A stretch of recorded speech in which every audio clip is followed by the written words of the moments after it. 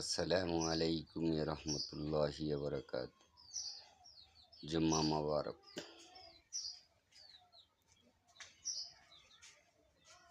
আজকে আমরা যারা মুসলমান ভাই ও বোনেরা সকলে আমরা আজকে জুম্মার দিন সকলেই নামাজ পড়ি এবং নামাজ কায়েম করি। আজকে আমাদের যারা আমরা গরিব মানুষ তাদের আজকে হজের দিন। এই জুম্মার দিন হলো আমাদের হজের দিন, কারণ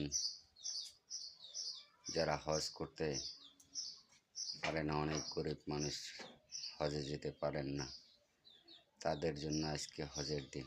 আজকে আমাদের হজের দিন, তাই সকলেই নামাজ কায়েম করি এবং সকলেই মিলে জুম্মায় চলে যাই। যারা বাইরে রয়েছি তারা সকলেই মিলে আমরা জুম্মায় চলে যাই। জুম্মার দিনে নামাজ পড়ে সকলের জন্য দোয়া করব এবং বাপ মায়ের জন্য দোয়া করব এবং যারা আমাদের আত্মীয় স্বজন পাড়া প্রতিবেশী থেকে শুরু করে আমাদের মহানবী হজরত মুহাম্মদ সাল্লাল্লাহু আলাইহি ওয়াসাল্লাম, যিনি সৃষ্টি না হলে আমরা সৃষ্টি হতাম না, সকলের জন্য আমরা দোয়া করব।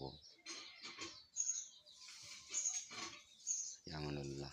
আলহামদুলিল্লাহ। সকলেই ভালো থাকবেন, সুস্থ থাকবেন, নিজের প্রতি খেয়াল রাখবেন।